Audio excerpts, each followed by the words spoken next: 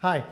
Quite often I get asked by clients and non-clients, just people in general, about how many times should I mail my donors, particularly when we're looking at direct mail. How many times should I communicate with my donors? So that's what we're going to look at today. So how many times should I mail my donors? Very simple question, but not such a simple answer. What we normally do is we make a decision based on our perception of the number of times we think we should mail our donors based on what we think our donors would like. And that's probably the wrong thing to look at. What we actually should be looking at is what is the economics of mailing my donors. How many times should I mail my donors to maximize lifetime value? So how can I make the maximum amount of net income in the long term? So what I actually do is I look at some data, I look at some maths, and what we can see is, generally speaking, if I just draw a nice little chart here, where I've got the number of campaigns here on the horizontal axis, and I've got the amount of money that I'm going to make out of those people through those appeals.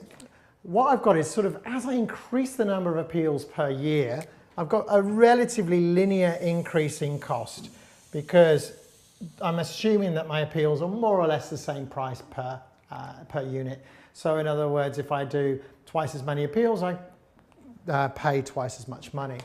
But when I look at the income, what I see is the income tends to increase in a non-linear fashion, in that as I do more and more mailings, it actually makes not quite as much money each time. So I end up with this sort of curve like this.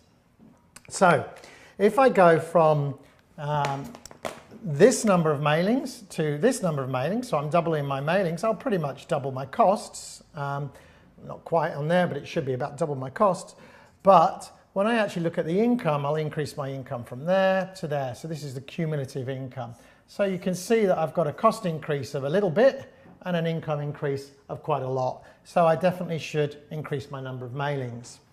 Now, if I increase my number of mailings from this number to this number, my costs increase by this bit and my income increases by this bit. And as you can see from that rough sketch, they're about the same. So I probably shouldn't bother doing that mailing. My limit of number of mailings is probably a little bit before then. So what I'm actually doing here is I'm finding that as I increase the number of mailings, I'm getting less and less money per mailing, but I'm still making more money per mailing.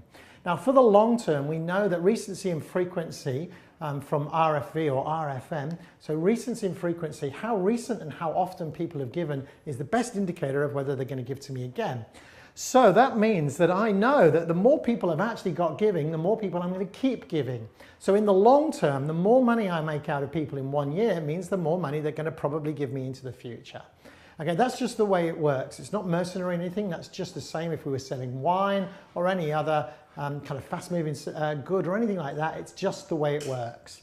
So what this tells me is that I shouldn't be mailing loads and loads and loads of times, because it's going to cost me about the same to increase the number of mailings, but I might at some point not make any more money. But I'm probably not mailing enough. And the actual number of mailings, so in Australia we see that charities on average mail about 4 times a year, and that's almost certainly down here, far too low.